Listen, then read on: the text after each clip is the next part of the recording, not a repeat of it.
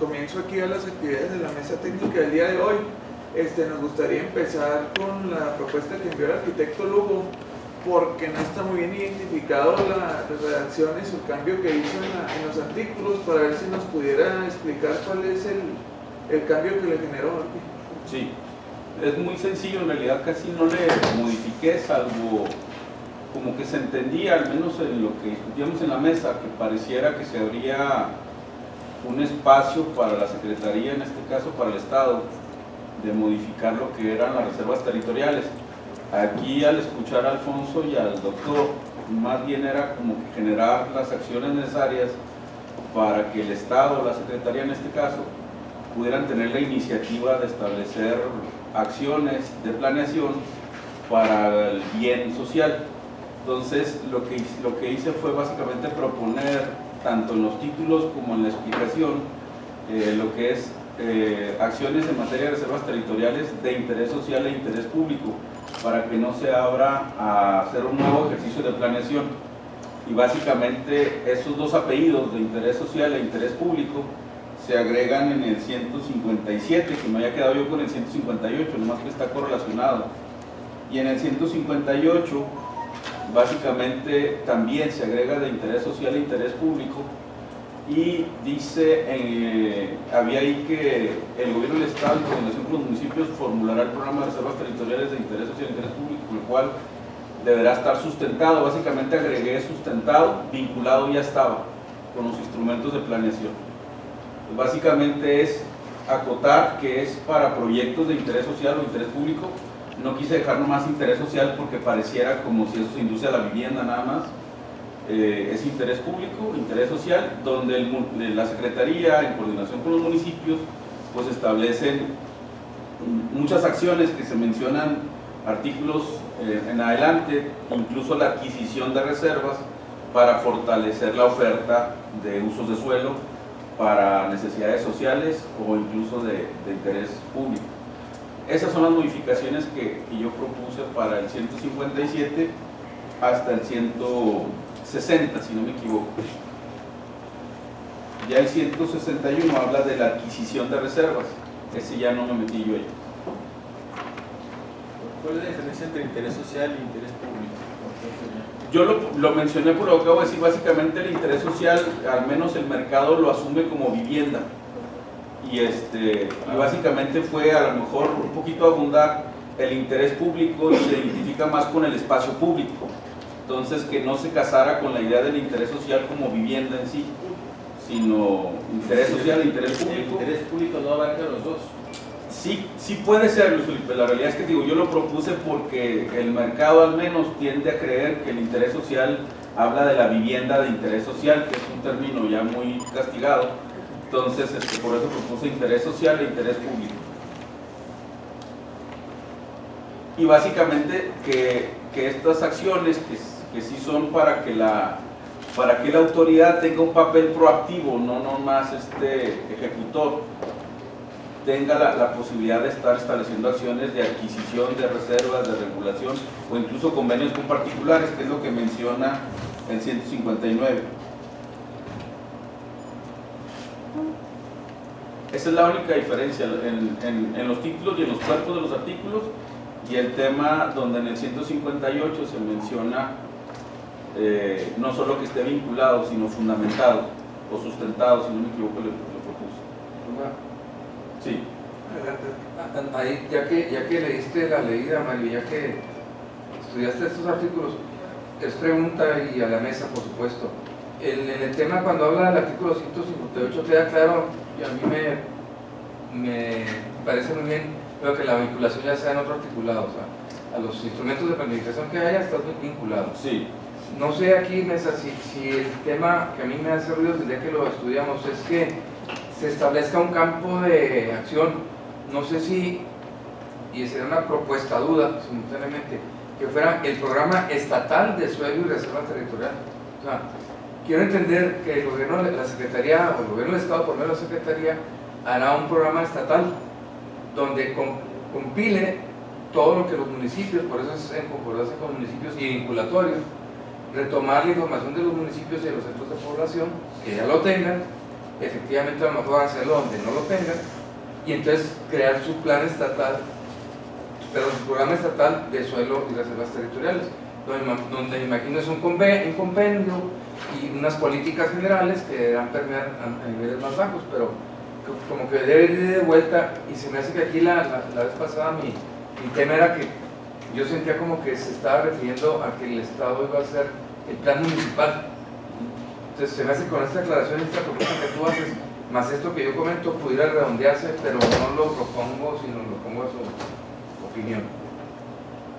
Felipe, no sé. Lo que pasa es que también los municipios pueden tener sus propios programas de reserva. No, por supuesto. Lo que yo estoy pensando es que, como yo interpretaba la vez pasada, yo decía, a ver, el Estado va a ser el plan de los municipios, así es como yo estaba interpretando, probablemente erróneo.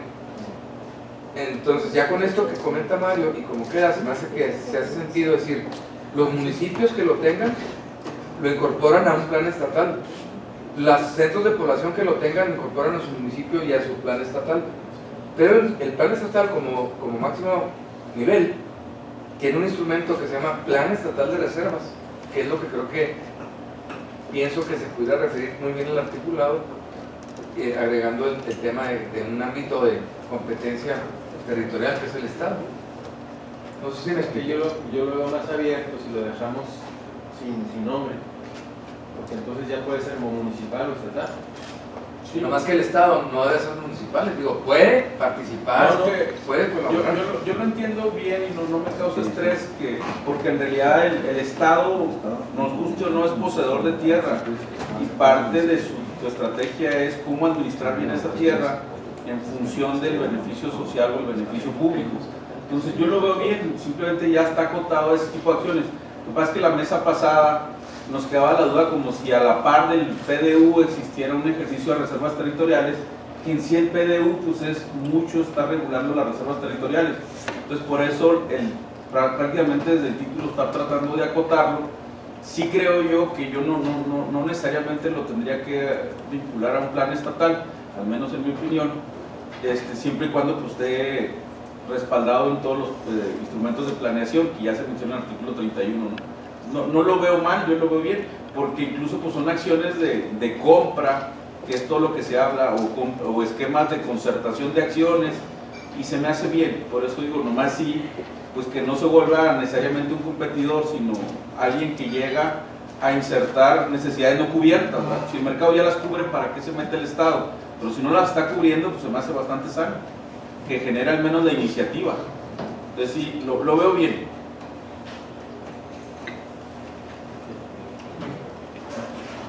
Definitivamente los programas de suelo y reservas que habla la ley son para cubrir necesidades no cubiertas por el sector privado. Correcto. De lotes con servicios, etc. Entonces, sí le da la posibilidad, o al menos así está en la ley vigente, que también los municipios pueden tener su propio plan o programa de reservas. La realidad es que por muchos años ha estado ausente, y la que tenía el Estado en su momento ya se acabó, está por acabarse, sabrá mejor que yo. Pero sí es un elemento que, como dice el arquitecto, se puede nutrir de los programas municipales, pueden incorporarlos, pero bueno, cada instancia puede tener en su momento, y son complementarias, no es competencia. Correcto.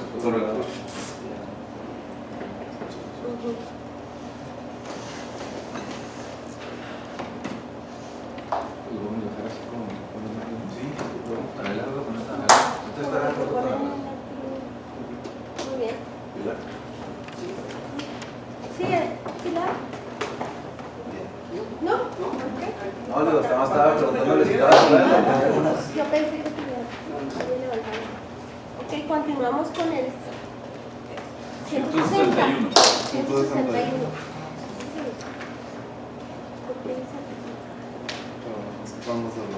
Sí. Yo veo nomás un error de dedo, no sé si está ahí también. El número 2 se repite avalúo. No, ¿cómo es avalúo? ¿Cierto es avalúo? El valor de avalúo. El valor de avalúo. Sí. Debe ser avalúo, ¿no?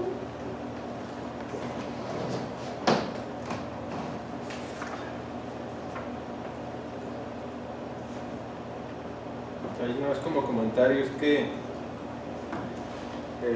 nosotros estamos sujetos a que todo lo que es patrimonio inmobiliario del Estado pasa por una evaluación de una institución de crédito. Entonces, tenemos un problema porque la única institución de crédito que emite evaluación en el Estado es Banorte, y Banorte tiene nada más un evaluador. Entonces tenemos, ya lo hemos comentado inclusive la verdad es que sí, lo bueno es que ahí está quedando abierta, o un especialista en evaluación debidamente acreditado, porque con eso queda abierto el que no dependamos nada más de esa institución de crédito, ¿verdad? Creo que está limitando la competencia y además está limitando la visión con respecto a los valores del suelo, nos está generando ahí una serie de interpretaciones que muy limitadas en la relación del suelo. Y es algo que para la ley de patrimonio me parece importante que usted lo considere. Creo que sí. De hecho, le iba a comentar a Alex que hiciera ahí a los Alex. De hecho, sí lo estamos considerando en la nueva ley de bienes para que se abra esa posibilidad, porque es cierto, y luego además los avalúos que nos envían son de un año de antigüedad o más, entonces por la situación de que la ley dice que con una institución de crédito no permite o no abre la posibilidad de hacerlo con evaluadores profesionales, que a lo mejor se puedan dar de alta en un padrón del Estado y que el Estado pueda tener ahí más, el Estado y los municipios, obviamente. La otra opción que se había hablado era de los avalúos colegiados. También. Es lo que iba a proponer yo. Es una buena opción. Que se pueda, incluso a la Secretaría de Hacienda y a la propia... Era lo que les iba a comentar, en la nueva ley de bienes se deja la posibilidad de que el avalúo sea por un órgano colegiado y también se le abre la posibilidad, porque ya se encuentra entre sus atribuciones a los corredores públicos, que el corredor público también puede hacer este tipo de avalúos porque ya se encuentra ahorita actualmente con esa atribución, que a final de cuentas, aunque lo realizara él, pues también tendría que someterse a esta decisión colegiada. Yo tengo mis reservas con los corredores. Pues me dedico a la cuestión de los avalúos hace 40 años. Y la maestría que estudié incluso con abogados e ingenieros que son corredores, sobre todo abogados que son corredores, no tienen la experiencia evaluatoria. Tienen una cédula, pero no tienen la capacidad. Lo digo en público y lo sostendría siempre, no tengo la menor duda de lo que estoy diciendo. Por eso yo la votaría a la institución bancaria, a una institución de evaluadores, o un avalúo colegiado de una institución de evaluadores, y en el último caso dejarlo abierto a un evaluador individual, por aquellos de los municipios donde no hay institutos de evaluación, por ejemplo. Por ejemplo, en los avalúos que hacen al SAT, aquí en Chihuahua, al menos en el colegio que yo pertenezco, son muy ricos porque se hacen colegiados. Entonces casi todos van y no reciben rechazo ni impugnaciones. La práctica creo que es muy ágil y es muy congruente, porque los avalúos se hacen entre 3 evaluadores mínimo. Entonces eso le da mucha sustentabilidad a un dictamen. Porque en lo individual, si no estás de acuerdo, vas a pedir otro y luego otro. En cambio, el colegiado tiene una fuerza muy importante. Y por otro lado, también el tema de los bancos, yo creo que es una buena opción, pero también ya no es tan buena como antes. Ya los evaluadores bancarios no los regula la Comisión Nacional Bancaria, no hay mucho... Digo, esto se puede tomar como una opinión, ¿verdad? Como una experiencia personal. Pero ya los evaluadores no nos controla la Comisión Nacional Bancaria. Cuando nos dejó de controlar, pues empezó a empinar la calidad del trabajo de los evaluadores en general. Que se hablaba que sí tienen actualmente filtro, o sea, lo hace un evaluador bancario aquí en Chihuahua y luego pasa por la oficina aquí de Chihuahua, lo envía a Monterrey y luego lo acaban revisando en México y cada uno va anotando sus comentarios hasta que ya pasa como el 4.º filtro, que es en México, y luego lo devuelven otra vez al Estado. O sea, realmente ahorita no es una decisión en sí colegiada, pero sí pasa por una serie de filtros de revisión. Pues mira, nomás para anecdóticamente, ahorita tenemos con el secretario Luis Felipe y su equipo y tu servidor una diferencia de un evaluador 4 veces. El de tu servidor versus el del evaluador bancario. Y ya pasó filtros y está atorado. Estamos en pláticas y todavía no hay una decisión al respecto, ¿no? Entonces, yo pienso que si no hagas una institución bancaria, el evaluador es el que no está regulado. La calidad del proceso ya no estaba regulado, ya no estaba revisado, ¿sí me explico? Sí, Si le agregamos que practique una institución de crédito, ¿cómo dijiste? ¿Una institución colegiada? Sí, O un organismo especialistas colegiado. de evaluadores o especialistas de Que evaluación. esa era otra duda que surgía cuando hablabas de que fuera colegiado, nomás causa honorario la persona titular que va a ser, ¿no? Y las otras dos personas actúan como solidario. Por ejemplo, son 3 personas las que van a determinar el avalúo de manera colegiada. Los 3 generan honorarios. O sea, No, el colegio te genera un honorario de acuerdo a la práctica general de mercado y de tablas de valor, y se cobra una sola vez, y internamente es una parte para el colegio y otra se reparte en los colegiados. O sea, no te genera multiplicidad de pago de honorario. sí, que era de otra de las No, cosas que se hablaba. Entonces, agregarle una institución colegiada o una... A lo mejor no es el tema, pero sí rescato la parte que dice arquitecto del procedimiento para los avalúos, que sería bueno pensarlo y a lo mejor establecerlo en una legislación para que tenga mayor claridad, que se cumpla por quien quiera o por quienes vaya a tener al frente un avalúo, ¿no?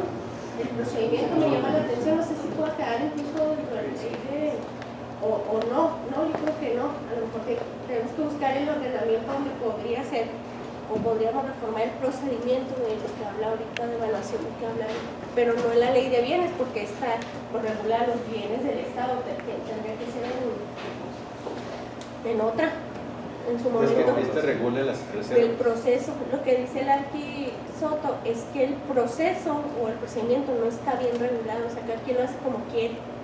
Pues por eso de alguna manera se llegan a conclusiones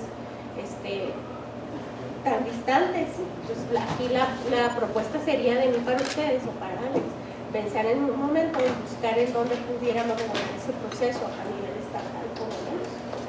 Pero ya es otra historia, otra iniciativa, entonces. Pero me llamó la atención. Una duda, ¿esta acreditación es nada más la que da profesiones del Estado a los evaluadores o es la que está hablando, la que hablaba Memo de que fueran evaluadores que estuvieran debidamente colegiados? Porque dice que es una institución de crédito o un especialista en evaluación debidamente acreditado en el Estado. Y la acreditación pues te la da con una cédula profesional expedida por la autoridad competente. Pero es que ahí son dos cosas distintas, una es de que esté colegiado, o sea, que pertenece a un colegio, y otra que la decisión sea tomar de manera colegiada. O sea, colegial de que 2 o 3 personas van a decidir, y la otra no los podemos limitar a que obligatoriamente estén adscritos a un colegio, porque los profesores estarían... Sí. Adelante. Por ejemplo, en la ley de catastro dice, así puntualmente, en su artículo 25, en la sección 2, dice: por avalúo directo realizado por un perito de evaluación debidamente registrado o autorizado ante el Departamento Estatal de Profesiones. Eso se da mucho en el estado de dar un evaluador, no está colegiado, pero si tiene su cédula estatal, se le permite hacer la evaluación, no hay quien lo detenga en ese sentido. Lo que dice el arquitecto, pues sí, es un filtro más, ¿verdad?, que pertenezca a un colegio, pero ahorita como está la ley, es con su cédula estatal de profesiones, y si es un perito evaluador, puede hacer un avalúo. Eso es como se está trabajando en la actualidad. Esos casos se dan mucho en el estado, porque hoy nos dicen los operadores del catastro: oye, pues vino un evaluador, pero no está colegiado, pero tiene esto, y pues de acuerdo a la ley no le podemos impedir que haga un avalúo, ¿verdad? Así es como funciona. Muy bien. Continuamos entonces. Vamos, Sí, Alex. si me permiten, en la ley, precisamente en el nuevo proyecto de ley deben estar contemplado un apartado de adquisición de inmuebles, unas pequeñas reglas de adquisición de inmuebles para tanto el Estado como los municipios. Entonces sería también revisar esta fracción segunda, incluso la fracción tercera también, con esas nuevas disposiciones para que sea congruente con la nueva ley de bienes que nosotros nos encargamos de revisar. Sí. Adelante. Perdón, no te entendí bien, o sea, actualizarlo con lo que se está proponiendo aquí.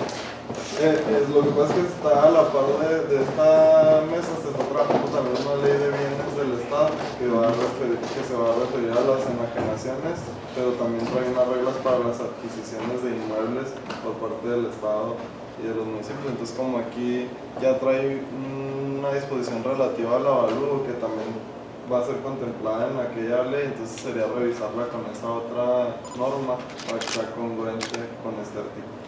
De hecho, si ven la fracción tercera, habla cumplir con las disposiciones de que aplicar establecidas en el escudo administrativo y municipal, que también sería en su momento referirlo a la ley de bienes.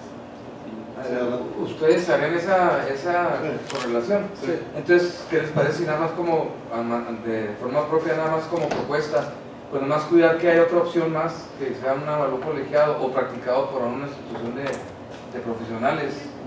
Pues nada más que se quedara con esa idea, ya que aquí se está viendo un poquito la llave que pueda haber otras opciones, porque la verdad es que en la práctica, por ejemplo en el municipio sí recurrimos a los socios por los colegios y nos dan muy buenos resultados en las negociaciones, porque insisto, son opiniones la mayoría de las veces muy balanceadas, muy equilibradas. Eso ya es experiencia particular.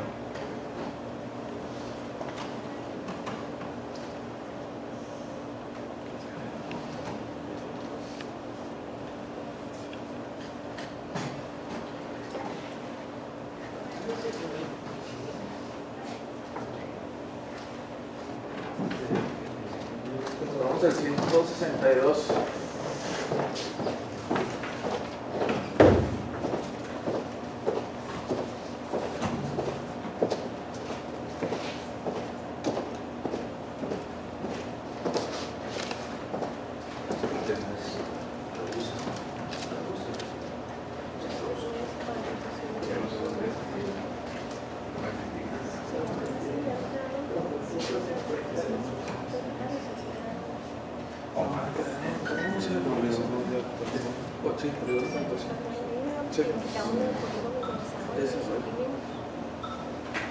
Es que quedó uno solo. No, lo que proponía Lili que se acabó, ¿no? Que se queda por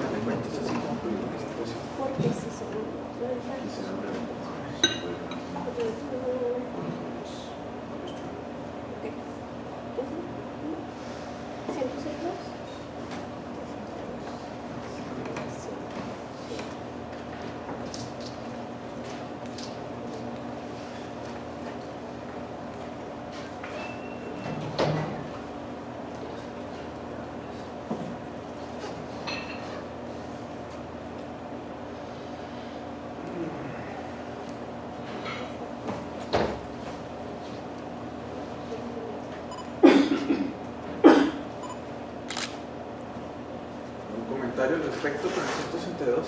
Se le van a poner polígonos de actuación. Sí, Sí. Sí, para organizar como habíamos dejado así.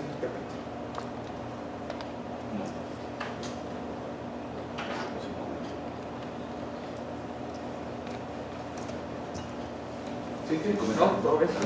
Entonces nos vamos al 163.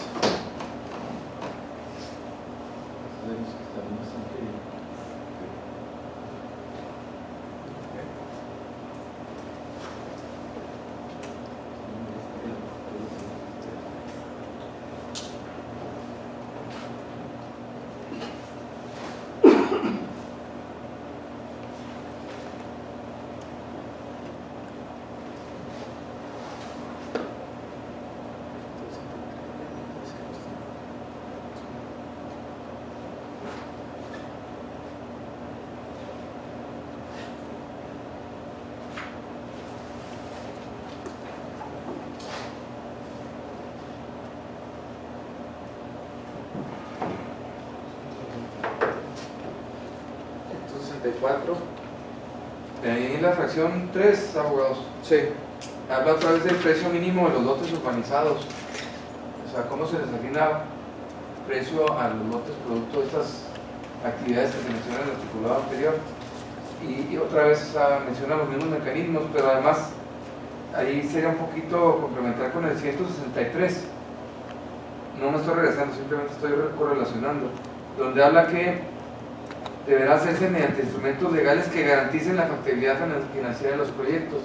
O sea, para garantizar la factibilidad financiera del proyecto, pues tienes que establecer los valores mínimos de venta. No pueden estar establecidos por un perito evaluador, no sé si me explico. Una cosa es ser evaluador, otra cosa es desarrollador. Entonces no hay congruencia entre el 3 romano del 164 y el 163, o al menos su servidor así lo está interpretando, como que no. Si haces un proyecto para fraccionar y vender lotes o lotes y vivienda, y además estás aquí cuestionando que garantice la viabilidad financiera, pues quiere decir que el pago más económico para mayor beneficio de la población debe garantizar la viabilidad financiera del proyecto. Hasta ahí se me hace bien.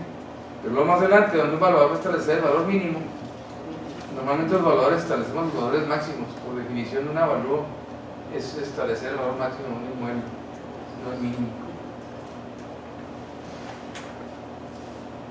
En concreto, yo creo que el 3 sale un poquito del ámbito de aplicación en términos prácticos.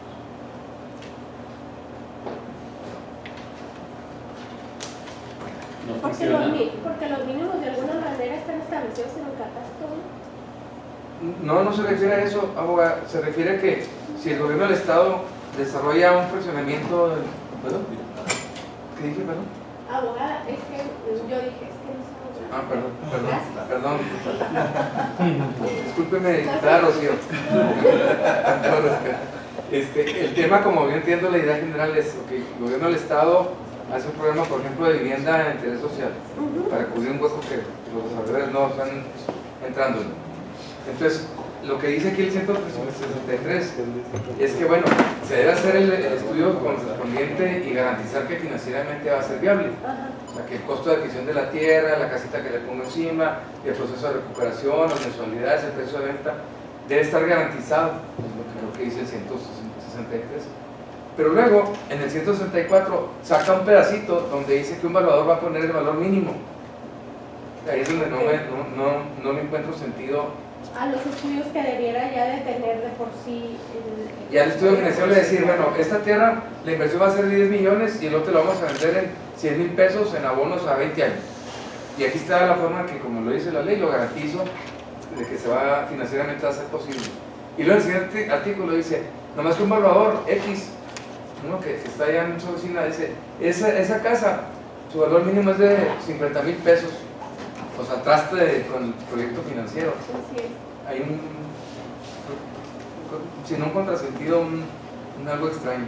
Entonces, por ejemplo, en ese sentido, si esa fracción 3, si se elimina esa palabra ya mínimo y se deja abierto el precio del lote urbanizado. Es que el 163 siento que amarra.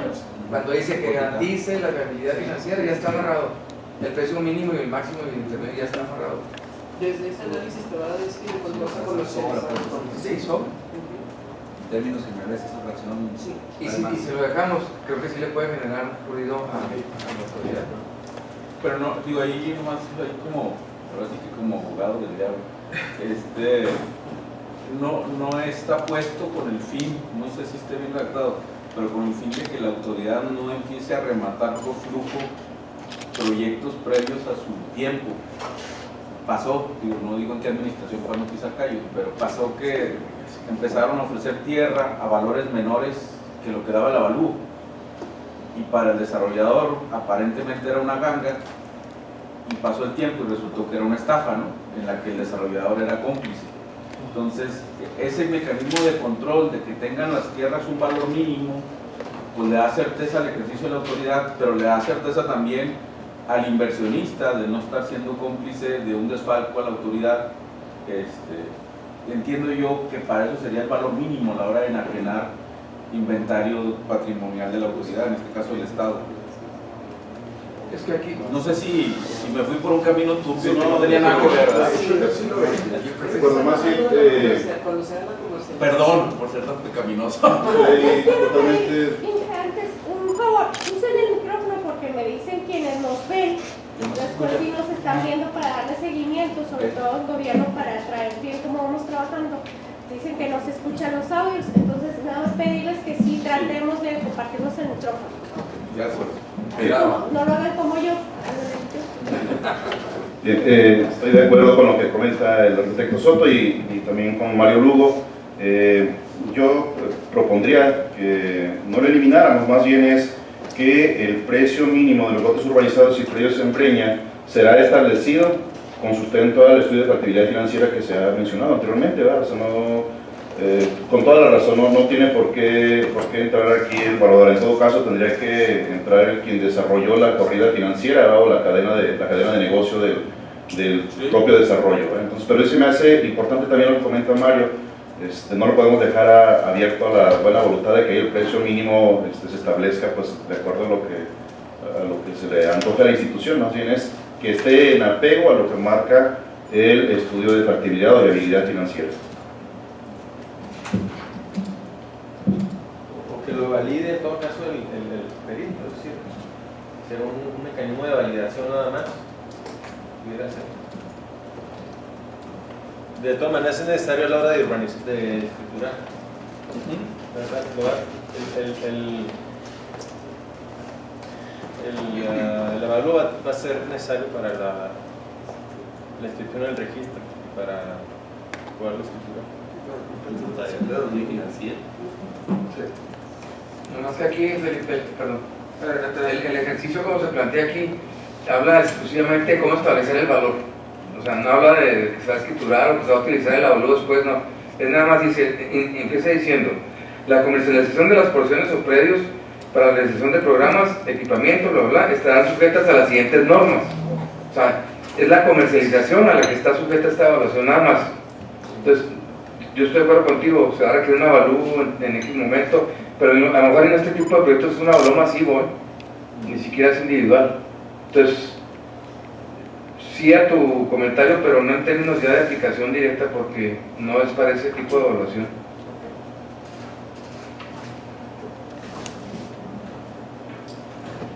Ahora es un tema del Estado. Yo sugiero, de veras, lo digo, si se deja así, no hay problema. Yo digo que a la administración estatal le puede generar más problemas dejarlo, porque hay un hueco ahí y está contrapunteando a 163. Pero como es la cancha completamente del Estado, pues ustedes ahora sí que tomen la decisión. Es una sugerencia de practicidad. Igual si se quita y con lo que está anteriormente, pues se puede quitar nada más y ya. Sí, Pues yo sería de la idea de dejarlo, Yo estoy de acuerdo tanto con el Arqui Lugo como con el Inge Pérez, porque al final de cuentas va en correlación con el 163 cuando habla de la factibilidad financiera, porque pues ahí se van a determinar los precios, ¿no? Para que realmente el número de lotes sea factible al proyecto de gobierno.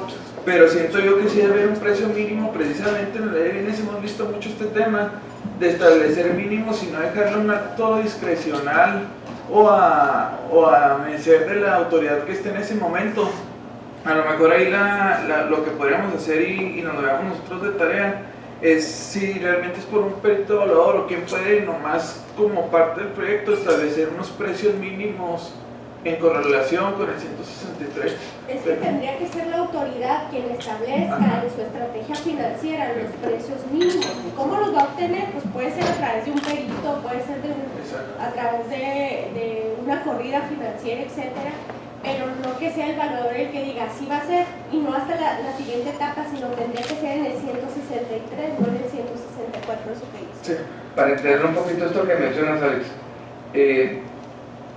no digo que sí deba de redactarse, pero la idea sería en todo caso que en ningún momento los precios de la comercialización deben ser menores a su costo. Exacto. ¿Por qué no lo ponemos así mejor? Porque los valores no los vamos para abajo, Digo, te lo digo como profesional de la evaluación. No, aquí no hay con que den el valor mínimo, no, te puedo dar el costo. Sí, lo que cuestan los ladrillos, te lo puedo decir. Y te puedo dar un aproximado, porque finalmente es un estimado del valor que tiene el mercado del inmueble. Pero hasta ahí, Para abajo no hacemos avalúos.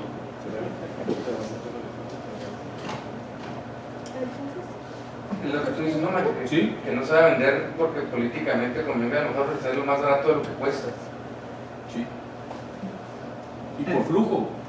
Entonces que sí se quede el precio mínimo. Que se quede el precio mínimo, pero siendo relacionado con el proyecto de factibilidad financiera que habla del 163, no precisamente el perito. Sí. Muy bien. Y ahí brindas un poquito de certeza, porque al momento de comercializarlo, pues te va a decir que no tiene que ser menor al precio que se fijó cuando se hizo el La proyecto. calidad financiera. Muy bien. Ok. 165. Adelante.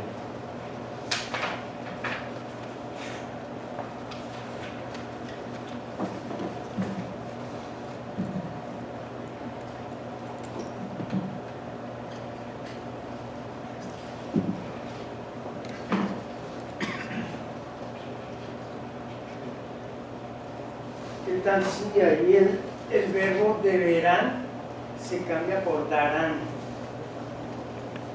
En el segundo párrafo del 165. Es el primero, yo creo. Perdón, en el segunda línea. Segunda línea, segundo sí. renglón. Creo que las leyes tienen que ser categóricas, ¿no? Sí, está bien.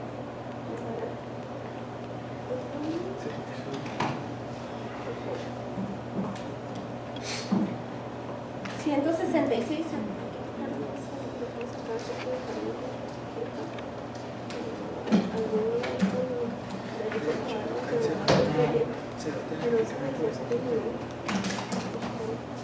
Otra cosa. Sí, Otra opinión.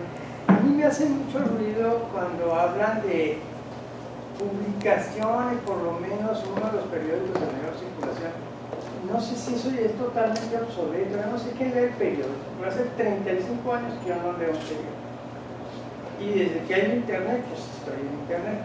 Entonces no sé, a lo mejor esto se palma con otra disposición, pero no sé, es un comentario, se me hace totalmente absurdo, porque aquí me llega mucha porquería que yo no pedí. Porque pues no a lo nos mejor llega puede ser en el portal de transparencia o de información de la propia Secretaría o del gobierno, y también en los periódicos de mayor circulación, porque sí hay muchos ciudadanos que sí buscan todavía ahí, todavía tienen esa fuente de información. Bueno, es que eso, digo, si me ayudan los abogados, ¿verdad? Tiene un fondo legal, ¿verdad? O sea, tenemos que dejarlo establecido, ¿verdad?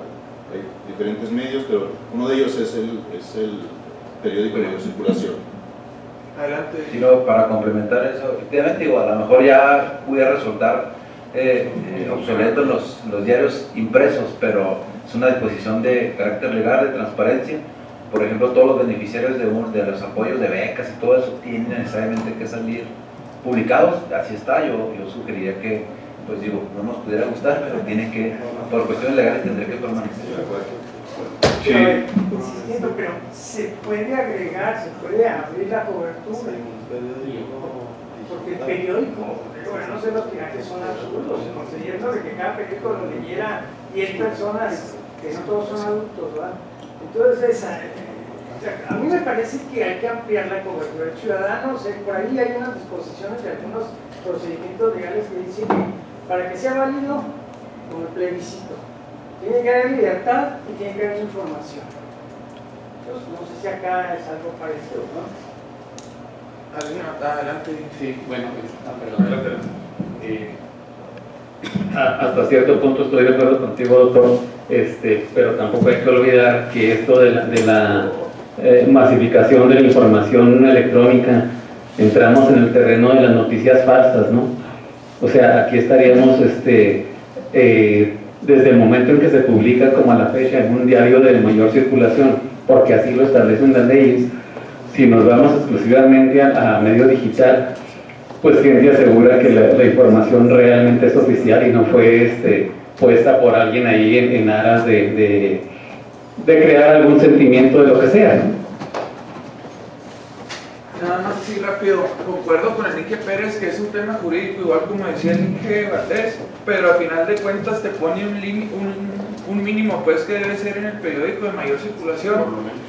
Por lo menos es a lo que voy, porque ¿cuál es el sentido, la esencia? Pues la publicidad. Si tú lo haces en los medios impresos de la página o en otros medios del propio ente de gobierno, pues no pasa nada, porque al final de cuentas como mínimo es de mayor circulación, porque pues se trata de darle la mayor publicidad debida. A mí sí me hace correcto, pero pues a lo mejor la opinión aquí en la mesa. Muy breve. Yo creo que el tema es la difusión y otra cosa es la cuestión jurídica. Para que sea jurídicamente válido tiene que estar papelito, válgame la expresión. Sí. Entonces, por eso las leyes que pasan al Consejo serán vigentes al día después de su publicación, de que estén impresos en un papel expedido por la autoridad y signado. Eso le da el carácter de aplicación jurídica. El otro que tú bien refieres, Benjamín, pues tiene que ver con la difusión. Eso sí, se ha limitado, medios impresos, no impresos, y Este será el mínimo. y aéreos y etcétera, electrónicos.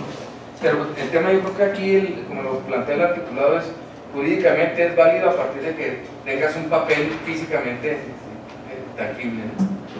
Y ese por lo menos da la publicidad jurídicamente en el periódico y ya lo demás pues...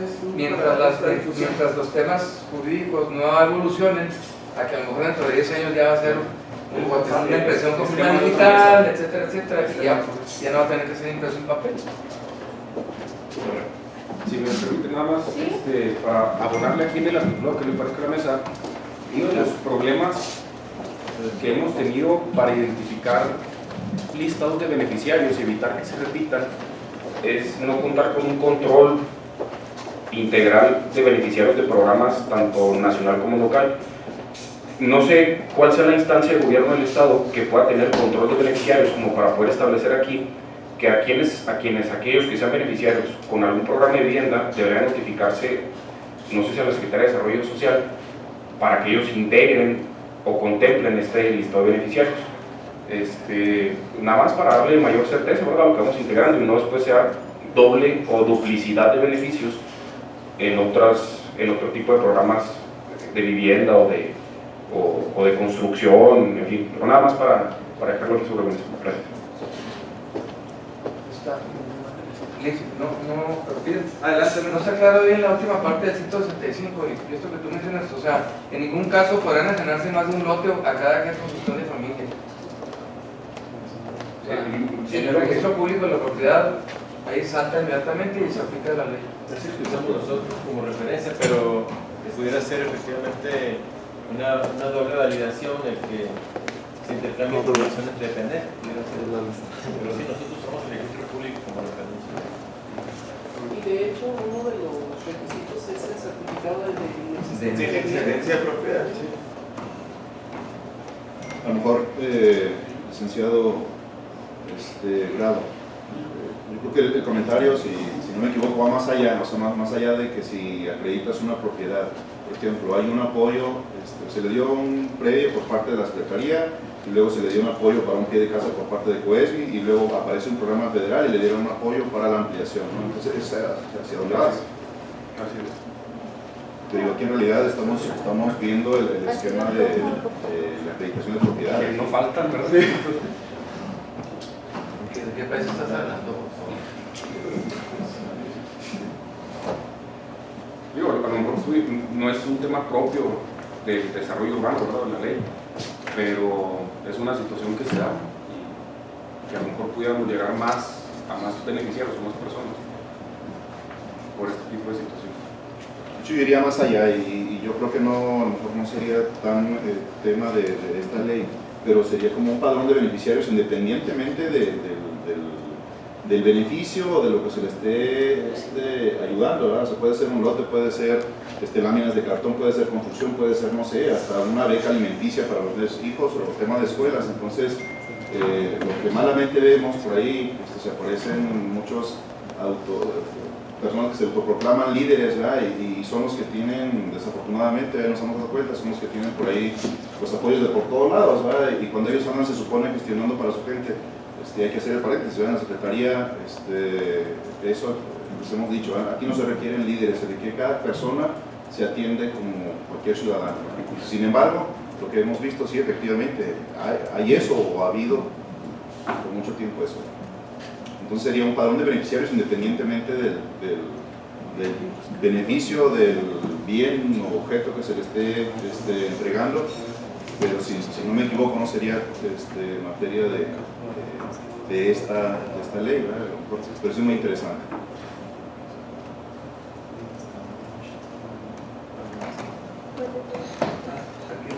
En 165 ya nosotros buscamos ahí el lenguaje incluyente porque pues, la verdad sí está muy...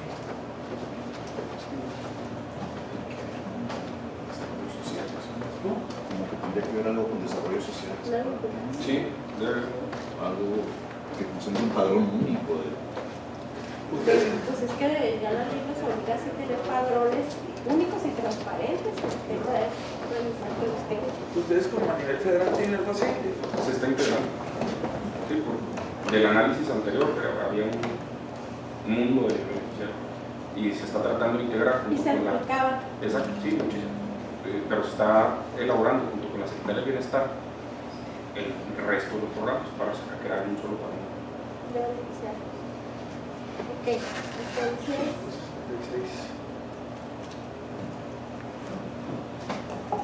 166.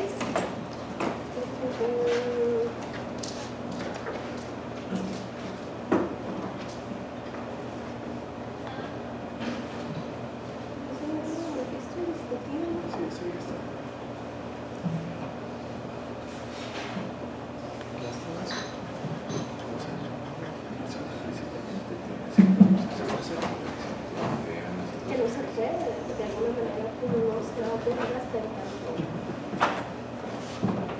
Bueno, entonces nos vamos al capítulo segundo de la regularización territorial, el artículo 167. Si hay comentarios ahí.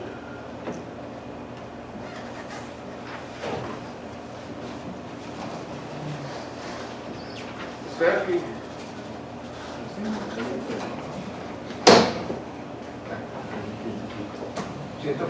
167. Cerro Coronel. Y que me quedó en mí y que le dijera que qué pasa con el Cerro Coronel. ¿Qué pasa con él, no? Que se va a reventar, está lleno de agua. Hay que retirarse, está lleno de agua. ¿Es cierto ese artículo? ¿No? No es una leyenda, no se acuerda, hace como 6 años que todo el mundo andaba pánico porque iban a reventar el Cerro Grande. Ah, el Grande Coronel. El grande, ¿no? El grande es el de San Juanito. ¿Cómo esta parte, digo, Por el tema de lo irregular. de los asentamientos irregulares ahí? Precisamente es algo que está asociado a lo que acabamos de ver. Es que necesitamos la una reserva. reserva, porque el que está ahí, cuando va el inspector, le dice, bueno, ¿a dónde me voy a ir? ¿A dónde me va a sacar? Entonces, eso nos limita, porque digo, nadie le va a entrar a sacarlos, a que se vayan a donde.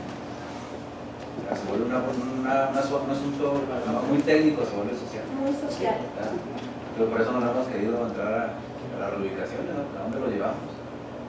Estamos viendo apenas en el municipio, a ver si conformamos con el presupuesto del año que entra, comprar una reserva. Porque lo poquito que había, pues, se acabó con los del Nuevo Tiempo. Empezamos con 16 familias, de las que sacamos casi como 60. ¿De Nuevo Tiempo?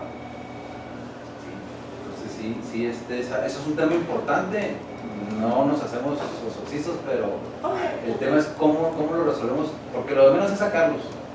Sí. Pero el micrófono, lo de menos es llevar a cabo las reubicaciones o retirarlos, pero sí piden a las familias, dice, bueno, de alguna manera, pues ya estoy aquí, ¿verdad? ¿A dónde me lleva? Es donde estamos pendientes de... ¿Y cómo le hacemos para desincentivar esa parte?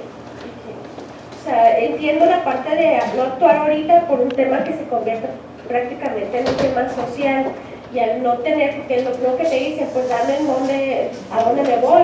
¿Cómo le hacemos para, digo, por ejemplo en el cerro, no sé si hay la oportunidad de a lo mejor hacer una barrera física, si salga mejor hacer una barrera física para que no siga creciendo, igual en el Cerro Grande o en algunas otras zonas donde a lo mejor pudiera darse la posibilidad de que hay zonas donde dice no construir aquí porque hay pasan ductos de Pemex, a lo mejor no es cierto, pero pudiera hacer acciones más de ese tipo.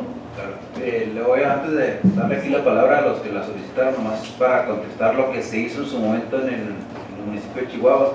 Se establecieron unas mojoneras y cada semana iba el inspector de aquí a esta raya para allá, lo que esté nuevo, tratarlo de sacar, y ahí sí ya estaban advertidos, pero con el paso del tiempo se perdió la actividad o la posibilidad de estar identificando pues esos límites, porque no coincidían con el límite de propiedades, digámoslo así.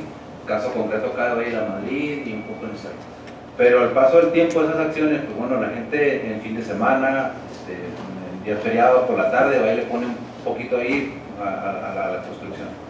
Entonces sí se puede reforzar con algunas medidas de inspección y vigilancia mientras se define la posibilidad en un momento dado de ir a quitar. ¿Qué hay que hacer? Como ha sucedido siempre, por ejemplo, en los casos de desastre, ¿no? Sacar a las familias, demolerla o lo que esté y para limpiar el terreno. Porque si dejamos ahí cualquier cosa, se vuelven a meter ahí. Entonces, eso es lo que está. Se ha frenado un poco el actuar en el sentido de, más allá de la prevención, decir, oiga, está en una zona de riesgo, oiga, está en el arroyo, sálgase, pero no se van por voluntad hasta en tanto no se descubra una alternativa. Entonces yo sugeriría incrementar las acciones de vigilancia. Yo creo que su pregunta se me hace bien interesante, diputado, porque creo que es el problema no por los efectos, sino las causas. Creo que las invasiones, este tipo de cosas, evidencian la falta de capacidad que tenemos como gobierno, como ciudadanos, como lo que ustedes gusten y manden, para atender un problema muy evidente, que seguramente tiene que ver con la capacidad de adquisición del gobierno. O sea, para todo se requiere dinero finalmente. Y yo sí propondría concretamente, para tratar de atenuar o de ayudar a que ya sea por vía municipal o estatal se haga de tierras para cumplir, para atender esta problemática tan específica, obviamente después de priorizar todas las problemáticas que la autoridad tenga, pues el organismo gestor del suelo a mí se me hace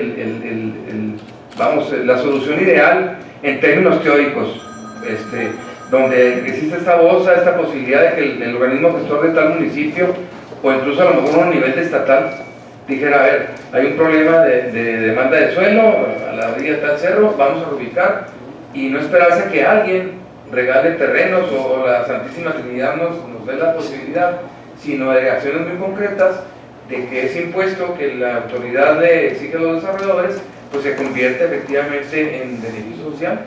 Yo creo que eso sería un tema así, darle seguimiento como a medida de ejemplo, es decir, cómo tomamos a esta gente del cerro, estas 50, 5, 20 familias, las reubicamos, pero ya en terrenos que finalmente, si estructuramos los organismos gestores del suelo, es una posible solución que en este momento se me ocurre comentarlo como tal.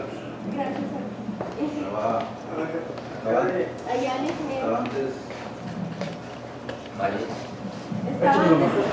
¿Por qué acaparan Bueno, miren, es que hay ejemplos, a mí me llama la atención que hay gente sin casa o que se ubica donde no debe, y hay miles de casas abandonadas, y algunas serán del gobierno, miles también.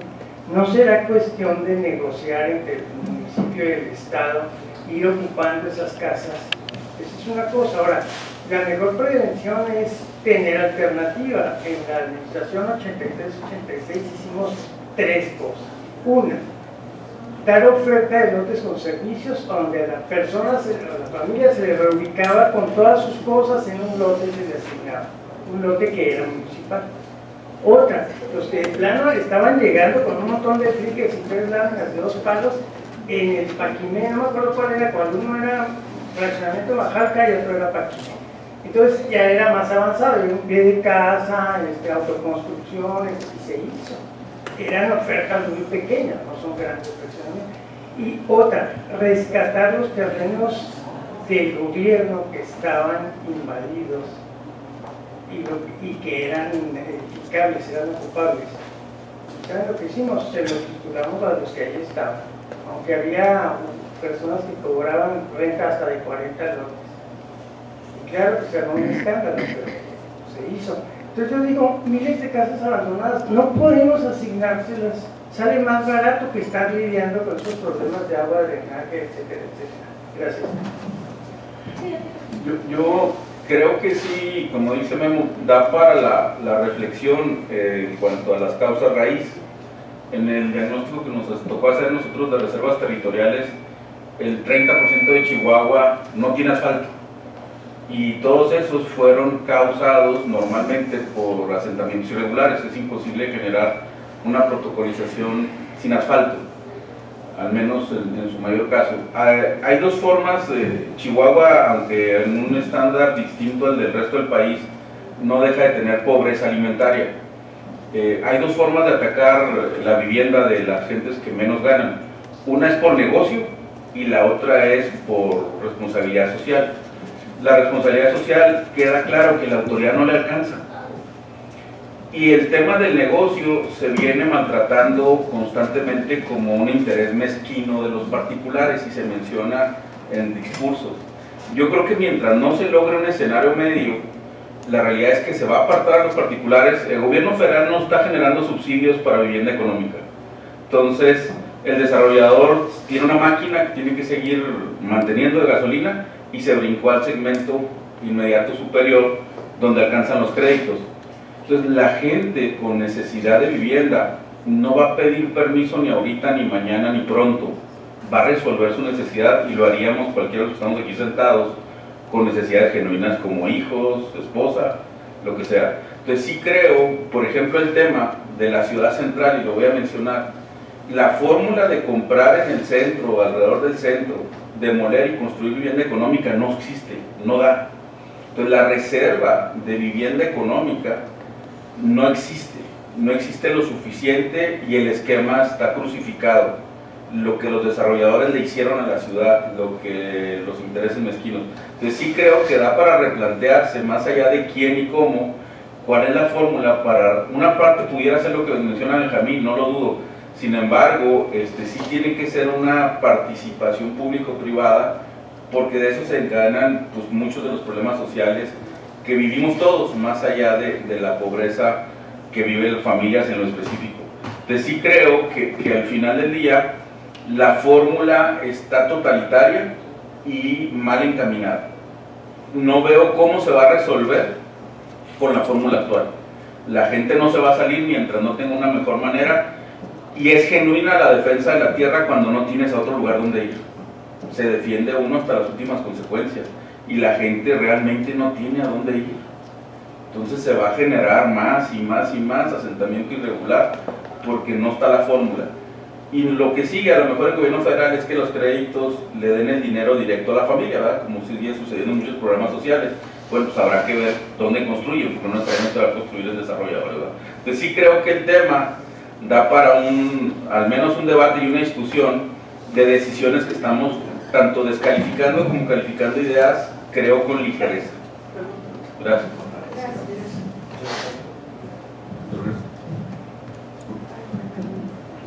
Gracias. Yo quisiera nada más abonar que a lo mejor estas disposiciones, este articulado, la estamos entendiendo en este momento más hacia la capital y hacia Ciudad Juárez, porque es donde más conocemos, donde más hemos trabajado o priorizado las distintas acciones de las autoridades, pero también recordemos que van enfocadas a todo el estado y que varios municipios no tienen ni la estructura ni el recurso como para estar vigilando o por las atribuciones que le damos específicamente en este capítulo.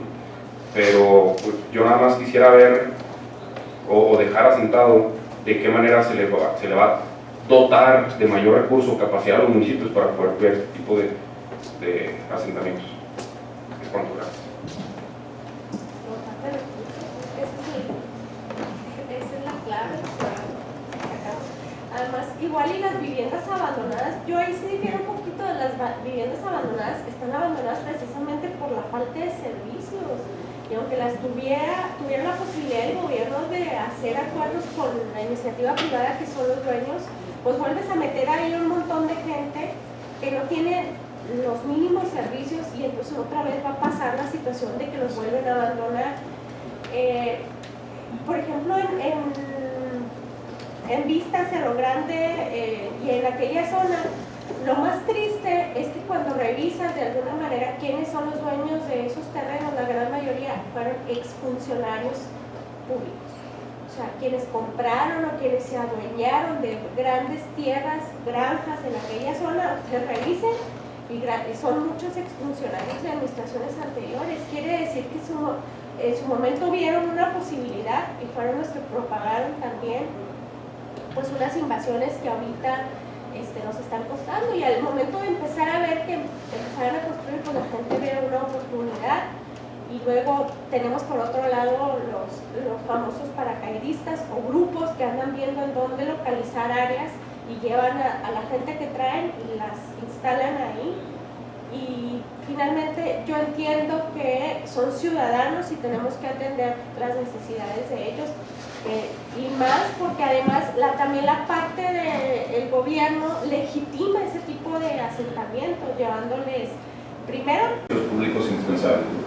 Entonces, digamos que ahí estaríamos resolviendo tanto el que técnicamente sea viable la introducción de servicios como el tema de riesgos o limitaciones si las hubiera.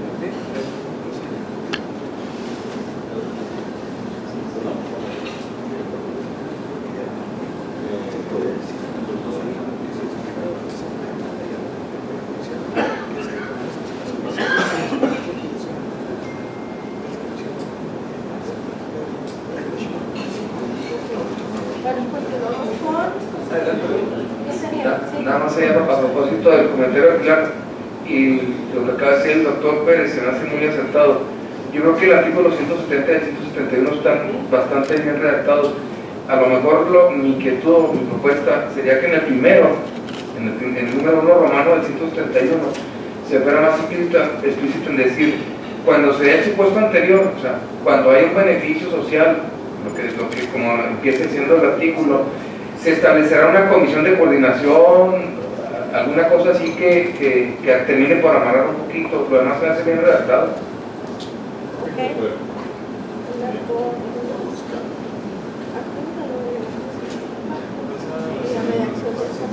Sí, o sea, y hablamos de la cualificación y la especialización.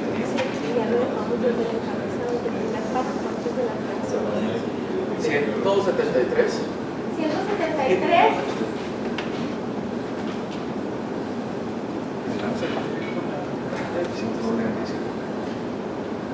Adelante. A ver, este es uno de mis cocos con las leyes.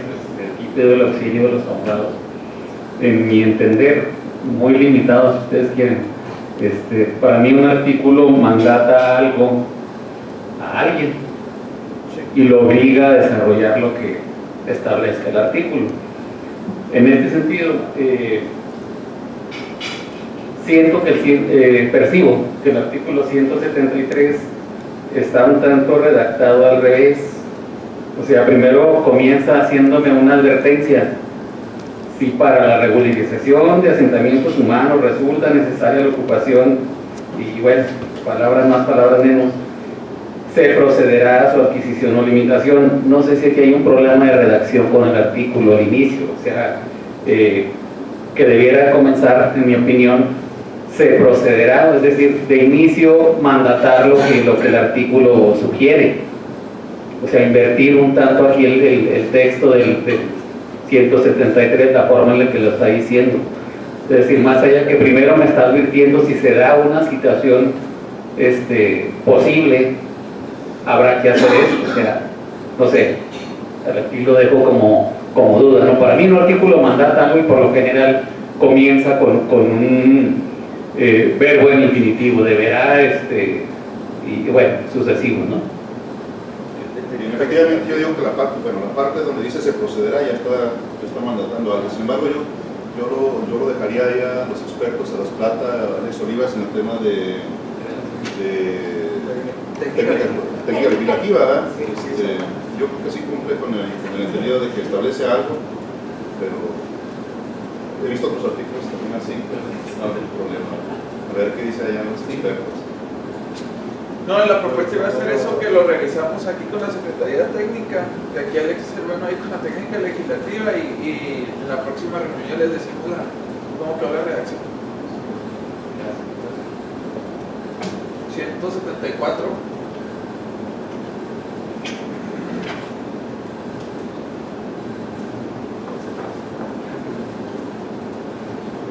Si me permiten, Yo creo que es muy clara la reacción del 174 a efectos de poder apoyar a los beneficiarios ciudadanos en la obtención de títulos de escrituras. Sin embargo, en el último párrafo, donde dice los poseedores de predios con las condiciones para usucapiarlos, que no tenga título de propiedad y no existe en el registro público de la propiedad, inscripción de propiedad alguna, podrán demostrar su posesión en los términos del Código Civil para el Estado para que se le reconozca su derecho de propiedad por esta vía. Yo aquí nada más tengo un inconveniente. Si no es propiedad privada, que no aparezcan antecedentes del registro público, por lo tanto significa que no van a ser ni particulares, ni estatales, ni municipales. De tal suerte, si no son de estas tres figuras, se entenderá que son terrenos nacionales. Y el hecho de poder darle la atribución o la posibilidad de acreditar la posesión de un posible o presunto terreno nacional, a mí sí me genera, a nosotros dependencias de datos, me pudiera generar un conflicto. No sé de qué manera pudiéramos, entiendo que traten de regularizar o escriturar una posesión, pero en todo caso será la instancia del gobierno federal para poder regularizar un terreno nacional, que es a lo que puede atribuir este último párrafo. En el supuesto de que el terreno nacional no esté registrado. Así es. Sí, porque si no hay antecedentes registrales, si no es particular, por lo tanto, si no aparece tampoco que es del gobierno del municipio, se entenderá que es terreno nacional. O en su caso, ejidad. Bueno, pero en el registro público no aparece también que es propiedad de ejidad. En el RAN, ¿no viene? En el RAN. Ah, sí.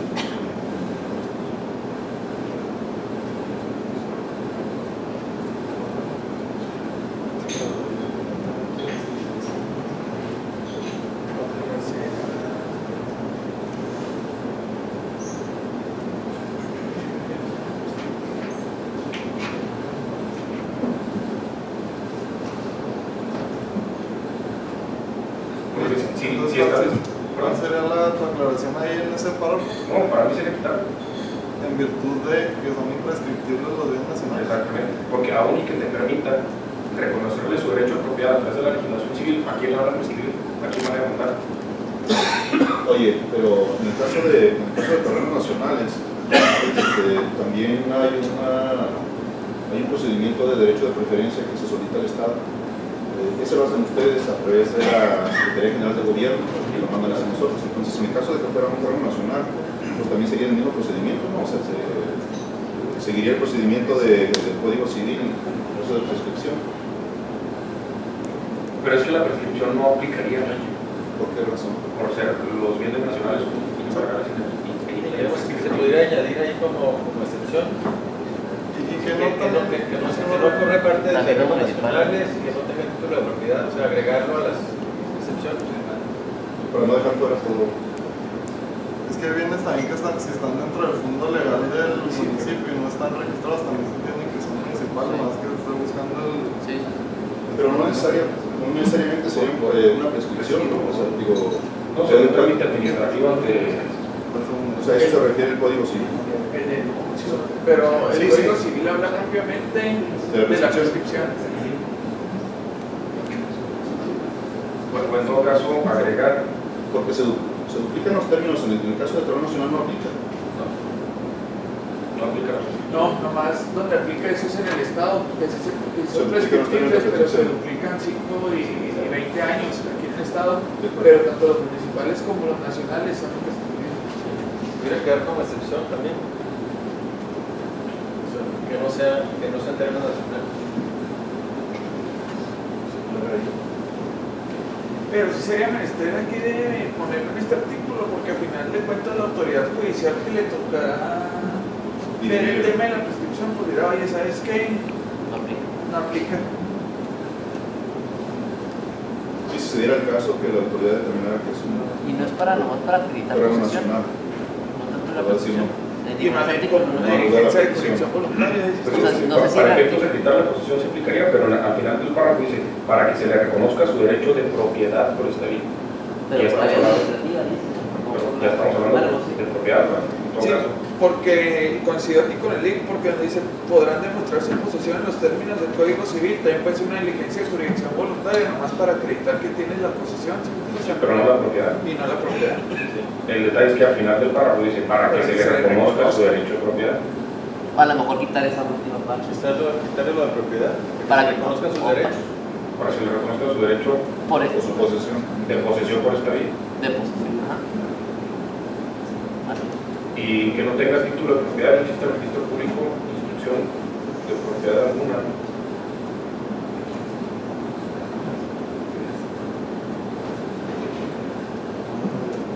Pues es que está raro ahí también. Si no está registrado en ningún lado, entonces aquí le vas a demandar. Es que eso es lo que yo, cuando tú presentas tu demanda en el registro público de la propiedad por una prescripción, tienes que demandar a alguien. Sí, pues es que como que ahí está, sí, habría que estudiar un poquito más. Sí, por eso era con lo que iniciamos. Sí, En todo caso, si no hay quien denunciar, se entiende que es por eso internacional. Hasta para la prescripción. Y si le dejamos ahí que deberá atender a la legislación federal correspondiente para que en su caso nos cubren cuando se den esos asuntos, que se acerquen a la SEDATU para realizar. Pero por ejemplo, ahí cómo presentas la prescripción cuando no sabes quién es el propietario. Porque es a lo que voy, o sea, si se presume que el propietario puede ser el gobierno federal, pues ya estaría nula desde que yo presento mi demanda. Es que esa no sería la vía judicial, no sería la correcta, no es la vía judicial, es la vía administrativa a través de la solicitud de terreno nacional. Entonces está bien que se quede así, ¿no? Yo nomás les pediría, si en todo caso pudiéramos agregarle, para efectos de trámites administrativos, que se relacione con la autoridad federal correspondiente. No sé si él dice más bien. Pero no sé, bueno, sí.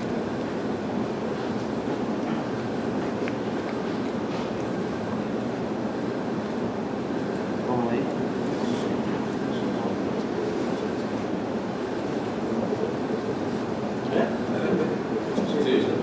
Bueno, yo aquí tengo una duda, hay una palabra que me causa una lesión cerebral. Al principio del párrafo, usucapirlo, yo no sé si está mal escrito o realmente existe esa palabra. No, sí existe, corrige. Pues ahora díganme el significado.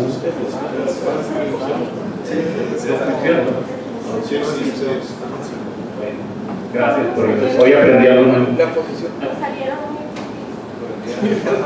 Digo, la pregunta es si por lo complicado del término no lo podemos Sería más sencillo que cambiar. dedicaran los poseedores de los predios, o sea, de quitarle que no tengan título, que nomás podrán demostrar su posición en los términos del Código Civil del Estado, punto. Nomás porque al fin de cuentas la intención es nomás que acrediten que sean poseedores, ¿no? Para que tengan estos beneficios.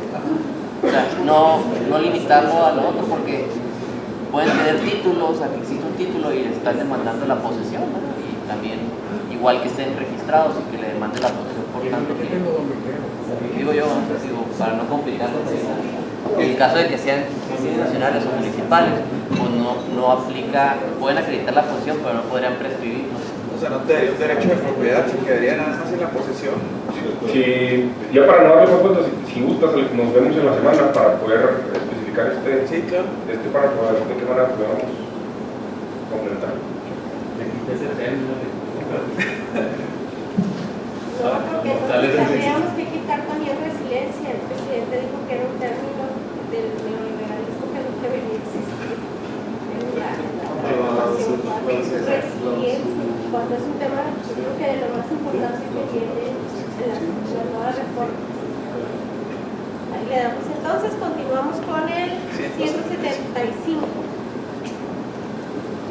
Adelante, Erwin. Primer párrafo, yo creo que es correcto hasta donde dice ordenamiento territorial, medio ambiente y desarrollo urbano aplicables.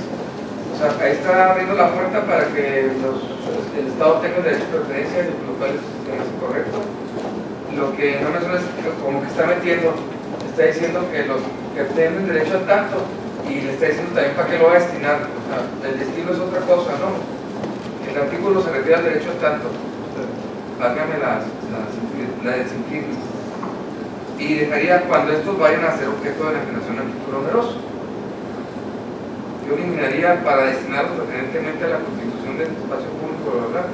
Pues aquí como que dice el derecho al tanto, ¿no? ¿Para qué lo vamos a usar? Puede ser por una reserva territorial. Puede ser. para muchas cosas. Y luego en el segundo párrafo, también estoy de acuerdo que hay que darle aviso, pero se me hace que está citando demasiados responsables y sobre todo al particular. O sea, yo en particular, que estoy en el supuesto del párrafo anterior, estoy obligado a irle a decir a los municipios, al Estado, etcétera, que voy a ser sujeto de una enajenación a título oneroso de mi inmueble. Yo creo que hay otros niveles, que es la autoridad la que debe hacerlo, como lo hacemos en el municipio, como se hace en el municipio actualmente. Y yo agregaría, además, o sea, estoy de acuerdo que además agregaría a la federación, no nada más al Estado y los municipios, porque en el tema de adquisición de reservas para cualquier uso, pues hay que avisarle, si estamos pensando que es un plan nacional, ¿verdad?, de infraestructura, etcétera, pues nacional, estatal y municipal. Concretamente yo propondría quitar los renglones que mencioné anteriormente, en el primer párrafo, y en el segundo yo agregaría que se ponga también la autoridad federal, autoridad federal, y dejaré lo de autoridad, yo creo que, pues no sé si el municipio que notifique, o que el particular le notifique nada más al municipio, y el municipio a su vez ya haga a nivel institucional las consultas de si hay interés. No, pero ahí se refiere a los propietarios de los predios. Pero es que los propietarios hoy por hoy notifican tanto al Estado como al municipio. Para que no se está haciendo la federación. Es que sería muy complejo la federación. No, muy tardado, porque incluso hay 30 días. Pero mejor habría que buscar el camino. Creo que se resuelve con él. Bueno, yo ahí te pediría la opinión a Sedato. Bueno, en seguimiento a ese comentario, aquí es el derecho de preferencia. El derecho al tanto es al interior de las autoridades ejidales o de los que conforman el ejido. Y en el derecho de preferencia, sí se nos hace importante. Nosotros quisimos dejarlo como una prioridad, en virtud de que queremos. Queremos que nuestra ciudad sea compacta, que tenga el espacio público, que sea cercana, que tenga equipamiento urbano, sobre todo resolver el tema de la vivienda, los espacios habitacionales. Entonces, a nuestro humilde opinión, no creo que haga ruido, pues, o haga, bueno, el ruido se hace, ¿verdad? Más bien es, no creo que afecte, pues, a los objetivos que estamos buscando en general, ¿verdad? Por eso es que pusimos preferentemente, digo, quisiéramos a lo mejor que se tuviera una reserva y que lo primero que se hiciera fuera que se vendiera para una gasolinera, ¿verdad? Pero un salón de eventos como hay antecedentes, ¿verdad? Entonces, en la parte de que la federación tuviera que hacerlo, bueno, yo más bien ahí me remitiría a las personas que nos acompañan de Sedato. Lo comentaba ahorita, se hacen algunos trámites para el derecho de preferencia, efectivamente sí se hacen, lo envía Sedato a través de la Secretaría General. Sin embargo, eso ha sido motivado por algún tema de regularización. Hemos visto ahí donde hay algún posicionario que trata de regularizar su situación ante la federación. Entonces la federación le pide opinión al Estado, le interesa, ¿verdad?, para entrar, y si no, resuelven, supongo, favorablemente ante quien acredita esa posesión. De todas maneras, no es facultad del Estado establecer esos requisitos a la federación. O sea, nosotros no podríamos ponerlo, pues. Sería más bien el gobierno federal que tendría que exigir, no sé.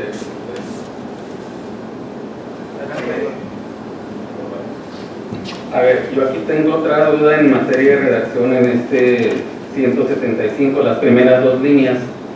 El gobierno del Estado y los municipios tienen el derecho de preferencia en igualdad de condiciones, entonces aquí como que veo un choque en esto, y yo digo, propongo más bien, el gobierno del Estado y los municipios tienen preferencia para adquirir los predios comprendidos y todo lo que sigue, es decir, cuando hablamos, pues yo como particular tengo derecho, el gobierno tiene derecho, pero la preferencia es del gobierno, y aquí lo puntualiza como municipal o el Estado y los municipios, es decir, y no estamos en igualdad de condiciones, el particular y el gobierno. Entonces para mí esto sobra, es decir, más allá de releer las dos líneas iniciales del 175, esto diría, en mi opinión, el gobierno del Estado y los municipios tendrán preferencia para adquirir los predios comprendidos y todo lo que dice después. O sea, eliminar eso de que en igualdad de condiciones, porque no es cierto, no hay igualdad de condiciones del privado y público. La preferencia es lo puntualiza, ¿no? Del Estado y los municipios. Es que ahí, aquí, perdón, si me permites dar mi opinión, en mi experiencia, es que cuando se refiere a igualdad de circunstancias no es que sea igual al gobierno que en particular te dice, si yo le vendo a este señor este terreno en 10 pesos en un plazo de pago a 12 meses, esas son las preferencias que te voy a dar a ti, a eso se refiere. Igualdad de condiciones, exactamente. Tal como le vendo al particular, que tiene preferencia en adquirir el gobierno en las mismas condiciones, a eso se refiere. Bueno, al menos así me ha tocado manejarlo. Y yo insistiría en el segundo tema, el siguiente párrafo, en cuanto a quién es responsable de notificar. Por ejemplo, en este supuesto que yo sea propietario de una reserva y le quiero vender a alguien, lo puedo hacer sin directo, O sea, voy a la notaría y el notario no va a pedir uso de suelo por tratarse de una compraventa simple y llana. Entonces se puede perder la oportunidad de que los gobiernos puedan adquirirse esa reserva o lo que sea. Por eso insisto, actualmente, como dice el ingeniero Valdés, pues el particular tiene que decirle de algún tipo de terrenos que los van a enajenar, que pretenden enajenarlos. Yo digo que aquí debe haber un candadito donde alguien le notifique al Estado y al municipio de que el particular va a hacer esa compraventa de este tipo de inmuebles nada más, porque si no se volvería ocioso, ¿no? Cada operación inmobiliaria estarla llevando consulta. Simplemente hablar, cuando los planes definan como reservas que pudieran ser de interés general, se procederá a lo siguiente, ¿no? A notificar a las autoridades para ver si hacen el Ahora, la bronca es que el PDU no te señala esos predios, ¿verdad? Entonces, al no acotarlos, estarías obligado a todos. Bueno, pero yo estoy pensando, por ejemplo, eso nos ha tocado vivirlo, el plan le pone un color rosita a tu predio, eso es equipamiento urbano, y tú eres propietario, no puedes hacer otra cosa en su equipamiento público que pues, tú eres particular, no vas a hacer cachas a tu terreno para beneficio del barrio. Entonces, en ese caso, por ejemplo, es lo que estoy pensando, ese terreno lo voy a vender, entonces tengo que avisarle a la autoridad para que tenga el derecho de preferencia. El término equipamiento aquí no aparece. Yo digo, el tema del Cerro Grande, por decir algo, que se exprese que es de interés de la ciudad conservar el Cerro Grande, pero el PDU por lo pronto no lo expresa. Entonces aquí no veo cuál es la acotación o cuáles predios se irían al derecho de preferencia. Pareciera que son todos, que habrá que esperar los 30 días para que el municipio, entonces es alentar no alentar, hacer lenta la economía por un artículo que no dice claramente cuáles son los predios de interés del municipio para la autoridad municipal. Las zonas de reserva. Sí, se señala. Es que reservas todo lo que no está desarrollado. Sí. A eso se Entonces, refiere. a toda la reserva, cuando hay una compraventa, habrá que llegar al derecho de preferencia del Estado y municipio. Yo creo que aquí el origen de esto es de los predios de origen equidal que se van a enajenar. Así hablan en la ley agraria, al menos en esos términos. Y se han metido a los temas urbanos porque, bueno, muchos tejidos los alcanza el desarrollo. Yo creo que habría que conservarlos exclusivamente los predios de origen equidal. La primera venta tiene que ser este procedimiento porque sería bien complejo que un dueño de una reserva que marque el PDU, independientemente de que no lo precise, tenga que avisar de eso. Como lo dice aquí el arquitecto, eso es una compraventa entre particulares directas. No, y abre una compraventa, 30 días hábiles, se enfría toda la compraventa. O sea, yo creo que aquí el tema es mantener el espíritu del derecho de preferencia de la tierra de origen equidal que se va a vender por si hay algún interés municipal. Sí. Es que esto está casi exactamente igual copiado de la ley general, es el artículo 84. O sea, está tal cual, es una atribución que se da en determinados casos. Y en la práctica pues no se lleva a cabo, pero en realidad es una facultad que no todo pudiera ejercer el municipio o el Estado ante una situación determinada de interés público, ¿verdad? Pero no digamos, tiene prácticamente calcado de la ley general. En ese caso, en materia que a los ciudadanos sí se les consulta, cuando van a realizar este tipo de eventos, pero para otros no ha llegado. Ahora, de manera anecdótica, bueno, es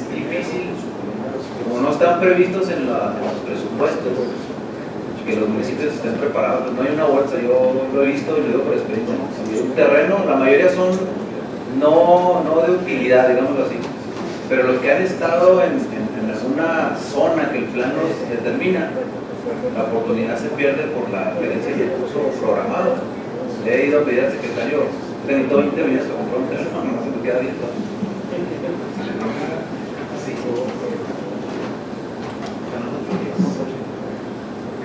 No, yo me preocupo más por los 30 días hábiles que son altamente sensibles en el mercado inmobiliario. O sea, tú llegas con una operación el día ya calientitos todos y le dices, en 30 días calendario volvemos, hábiles, perdón. Pues no, si se truenan varias operaciones. Es que te obliga, la ley general dice que deberán establecer mecanismos expeditos simplificados de tiempo límite para manifestar su interés en ejercer el derecho. O sea, la ley general obliga a esta ley a establecer un tiempo, digamos, entonces 30 días, no sé si sea... Desde el punto de vista que dice Benjamín, particular, mercenario, es suficiente para obstruir una operación. Es mucho tiempo. Ahora, yo digo, la realidad es que debieran estar en el PDU los predios que son del interés de la ciudad, para que al final eso no sea como que causa mucho análisis. Se va a vender, se debe comprar, ¿verdad? Y se negocia. A mí sí me parece mucho 30 días hábiles, porque en teoría ya el notario estaría en la obligación de avisarle a la autoridad que se va a enajenar ese predio y bueno, darle los 30 días ya por ley.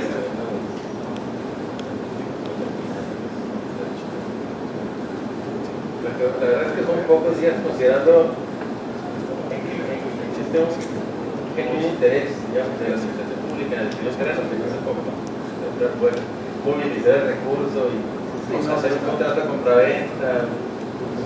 Se me hace razonable, no se me hace cómodo. Y hay que recordar que aplicaría en ciertos casos, ¿verdad? Más que si no lo veo agotado, por eso. Si lo recibe este notario y lo aplica a rajatabla, no hay excepciones. No, pues todos los predios que son reservas. O sea, nomás especificar, señalar cuáles son las zonas de reserva para que quede claro cuáles serían los predios de interés del Estado. Puede ser equipamiento. No, se van todos. Si es equipamiento urbano, es coincido con nuevo, está muy claro cuáles son los predios para equipamiento. Y sí, pero reservas son todos, nada más el equipamiento. Lo señala como reserva ecológica y Nomás parte una idea, dentro del centro de población, el 70% de la zona de reserva es área natural de valor ambiental o preservación ecológica. El 70% de la tierra. Entonces no es así como que, pues nomás lo verdecito.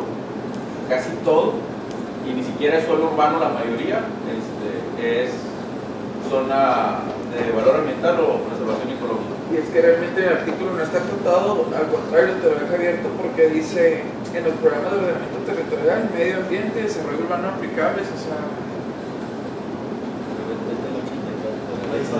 Ahí está. Es que es igual, de hecho si Estado no está en la ley estatal, va a seguir aplicando ese derecho de preferencia ambiental de las personas. No, pues yo creo que ahí estamos saliendo de sintonía, nomás decir que el plan ya recuadre, que ese sería el tema, que en los planes ya se señale cuáles serían los terrenos.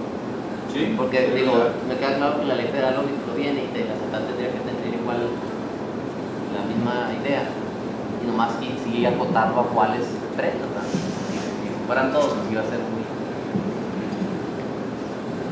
difícil aplicarlo.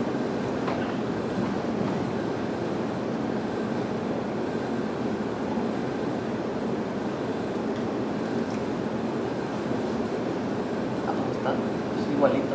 Sí, es igual.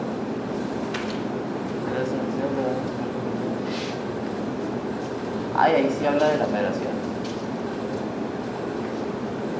Entonces habría que agregarle también la del Estado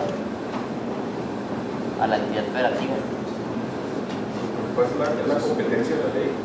Pues, si estamos revisando la competencia estatal, no pudiera establecerse facultades a la federación. Si ya vienen establecidas aquí en la ley general.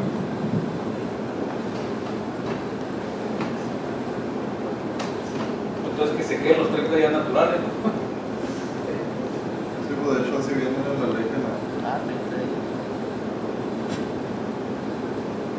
pero ¿en qué casos? También nada más, por lo menos a mí sí me interesaría saber específicamente en qué casos, hablando de estas reservas, tendríamos que opinar. En los que dice el plan, que los tengas como reserva. Nomás que los planes deberían de señalar, según aquí. Es que no lo especifica. Arriba, más arriba que dice, arriba sí dice, ¿no? Dice, incluido suelo urbano de Zonas de reserva. señaladas en los planes acumulados de desarrollo urbano y ordenamiento territorial aplicables. Está. Para adquirir los predios comprendidos en las zonas de reserva territorial.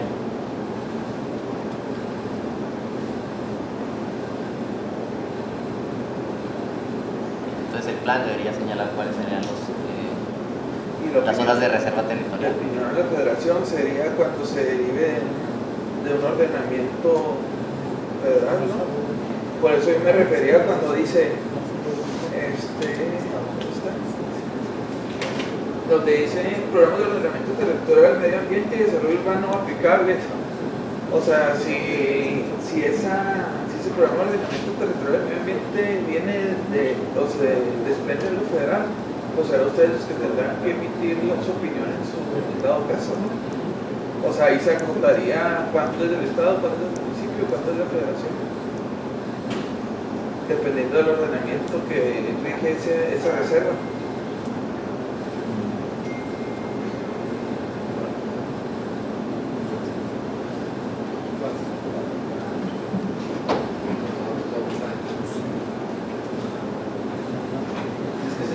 Tal cual de la federal, nomás quitando lo de la gobernadora que no le compete esta ley.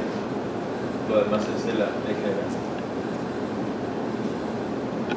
Y efectivamente se refiere específicamente a las zonas de reserva. Y las zonas de reserva pues tendrían que estar en algún lado señaladas en los planes de desarrollo urbano. Municipales. Sí, municipales. Programas de ordenamiento. Entonces, ¿a cuáles se refiere? La verdad que Alex es porque habla de los programas de medio ambiente. Sí, también Sí, o sea, no más el ordenamiento territorial, sino y pues es muy grande esa. No sería especificar cuáles predios son los que, así como se ha comentado, cuáles predios específicamente son los que requieren ser notificados por parte de los propietarios para ejercer este derecho de referencia. Entonces, ¿por qué la federal sí le da entrada a la federal, sí le tiene que dar aviso y la estatal no? O sea, ¿a cuáles esa a cuál se refiere con, o sea, en este supuesto, a cuáles planes se refiere entonces? A los municipales, ¿no? A los aplicables, de hecho lo deja de manera... Pero nomás hay municipales, ¿cuál otro? Y bueno, y estatales. De todas maneras, o sea, dependiendo de lo que dice esta ley general, pues le tendría que dar aviso a la federación también, ¿no? De los en base a los programas o planes de estatales y municipales. Entonces, pues digo, de todas maneras tendría que señalarle la estatal.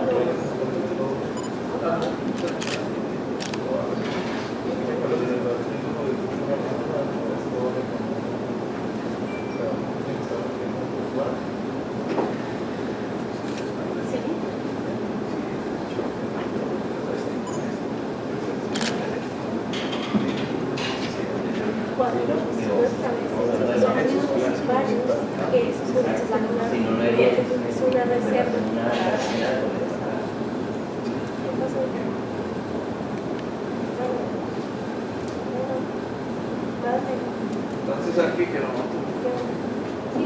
Sería como cuando el notario o el propietario le tendría que dar aviso. O sea, pero yo quedaría igualito a la estatal, ¿no? Para que fuera alineada. Si no sería cuando tendría que darle en su puesto aviso a las 3.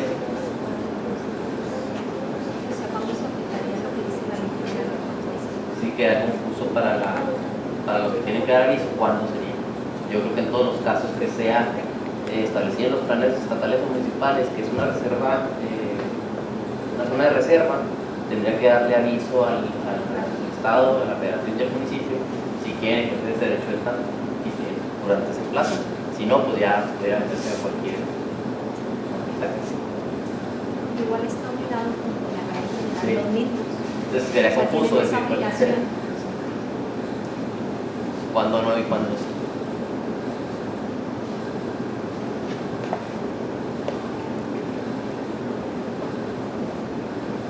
Y sigamos el 175 remitiendo a la ley general.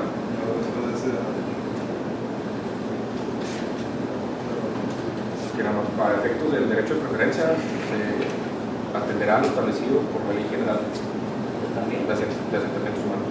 Al fin y al cabo es general.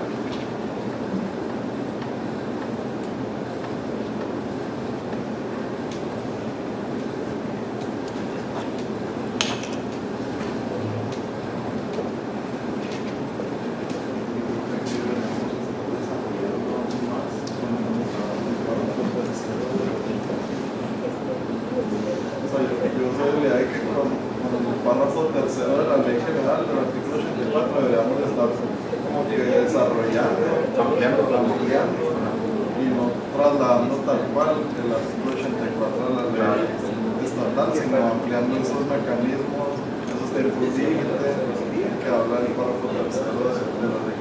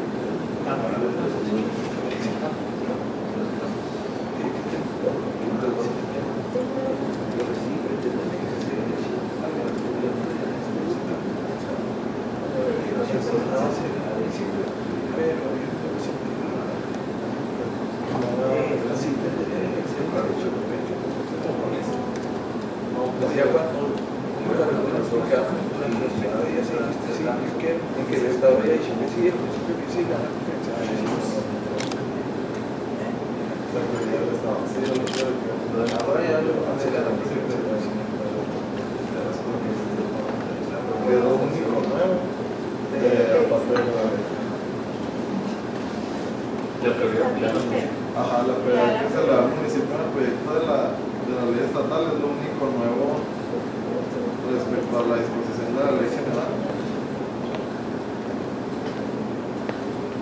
Que habla de la prioridad del municipio cuando el Estado o la Federación manifiesten también su interés de desarrollo. Y realmente el derecho de preferencia sí sería con el o sea, pues el Estado o municipio, o sea, sí sería. Por orden de jerarquía. Ajá, sí se lo Federación de Pueblos.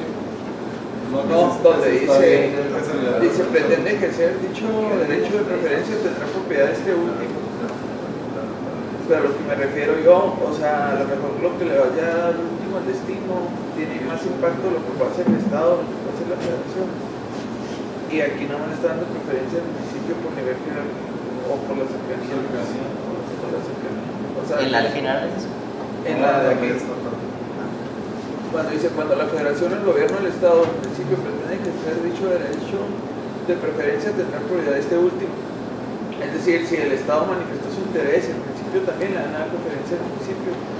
A lo que veo, si es correcto que le des preferencia solo por ser el municipio. Porque se supone que pues, el municipio es el que tiene la rectoría en cuanto a la cuestión del desarrollo urbano. Por eso hacen los planes municipales. Y el dinero, sí. Bien aperas. Pero eso es lo que yo a lo mejor el municipio no tiene un proyecto tan pasará al Estado y así sucesivamente. Escalonar, y ya escalonando. Si el municipio no tiene recursos, el Estado no es la federación. O sea, digo, se supone que el municipio tiene la planeación del desarrollo. Creo que yo creo. En términos prácticos no me ha tocado ver eso de que el municipio y el Estado tengan interés sobre un mismo predio, eso. Sí, sí, pues, está muy interesante la discusión, pero realmente yo le encuentro en lo práctico poco terminado. Es difícil eso.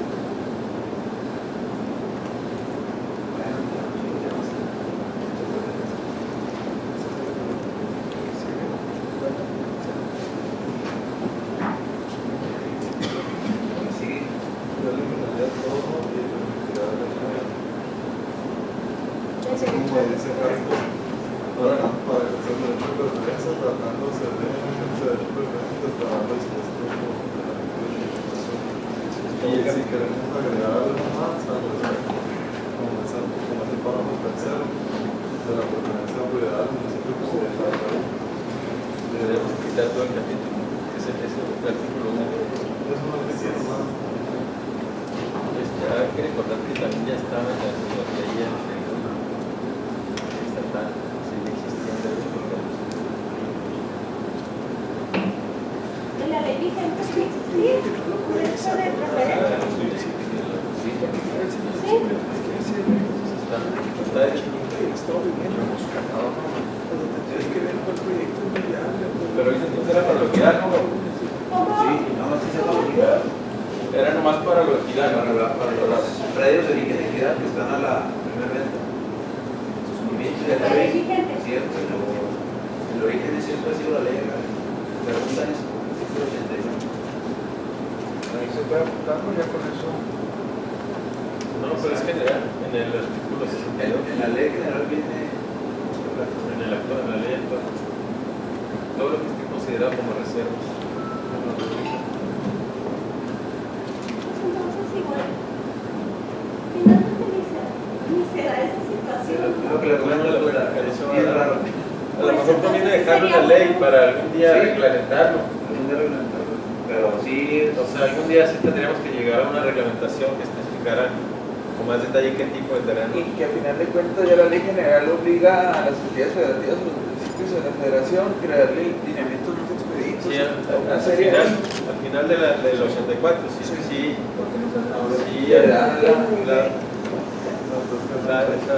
Entonces remitimos a la ley general. Y con los, O se con puede los 30 dejar días naturales. sujeto a un reglamento. ¿Cómo? Porque si está diferente, ¿no? Acá eran 30 días hábiles y en la ley general habla 30 días naturales. Sí, si nos vamos, nos iríamos con los 30 días naturales. Yo creo que deben ser hábiles, ¿no? Para efectos jurídicos. Pero la ley general. En la ley general vienen naturales. Y lo podemos ampliar. Son 30 naturales, los hábiles en los parques, los tenemos que dejar lugar a 30 días naturales. Podríamos establecer menos, pero no vamos a más. establecer menos. Por 15 días hábiles. 3 semanas. 20 días hábiles. Pero yo sí soy de los que debe ser hábiles. De cualquier manera, como comentario anecdótico, hoy llevo registro perfecto en ese tema. De los que han entrado al municipio, derechos de preferencia, ninguno le ha contestado de que nos interesa. En serio. Dos razones fundamentales. Son predios alejados del área desarrollable, o dos, no se tiene su presupuesto para. Sí, aquí. También lo que me tocó. También le tocó. Sí, cerca. Lo que tocó todo se Por eso se contesta en la. lo dejáramos así. Sí, todo se contesta que no hay interés, tiene fluxo, o no están en área desarrollable. Todos les contestamos. Bueno, pues hay que revisarlo si así lo dejamos finalmente como secretario en algún momento se podría dar. Bien. Entonces, De hecho, te diré nos llevamos de tarea del 176, pues todo lo que viene siendo el capítulo cuarto. Entonces habíamos propuesto 875. Pues todo el capítulo cuarto para el próximo lunes, pero acuérdense que iniciamos con órganos gestores del suelo y luego ya continuamos con todo el capítulo cuarto. muy bien. ¿Sí? Decía Juan, tengo una pregunta. Sí. Usted nos 11 mi pregunta es si el 18 tiene va a haber razón. sesión. Entonces, ¿cómo se maneja como inhábil o Y es que es inhábil, sí es inhábil, pero además se tiene contemplado la posibilidad de sesionar en el municipio de Guerrero. Traemos ahí todavía una discusión con el tema de dónde inició la revolución, si en Cuchillo Parado, Guerrero. Creo que ya los historiadores dicen que sí fue allá en San Isidro, en Guerrero. Pero pues todavía no se ponen de acuerdo, pero es probable que haya sesión el 18. Yo no sé si les convenga que nos veamos el miércoles 20, como anden, y lo cambiamos para para ya no suspender semanas, para seguir avanzando. Nos vemos el 11 y luego de todas maneras les vamos a mandar un mensaje si pudiéramos mover la del 18 al 20, al miércoles 20. ¿Les parece? ¿Sí? Igual yo vamos a trabajar en Sí. Ok. Y me dice aquí Alex Salas Plata que haríamos un segundo corte para la siguiente revisión de cómo han quedado todas sus propuestas. Y en Juárez, cuando sesionamos en Juárez, por ahí hubo algunos comentarios de que hay cuestiones de la ley que ahorita se presenta el proyecto que no tiene, que sí tiene la ley vigente. Entonces, en ese sentido, a mí sí me gustaría que lo que tiene la ley vigente, que ustedes vean que es rescatable, poner en la ley general, es importante que nos vayan haciendo saber qué y nos vayan enviando para poder buscar en qué parte lo vamos a colocar y que no quede pues, desapercibido esa parte, que no se nos quede en el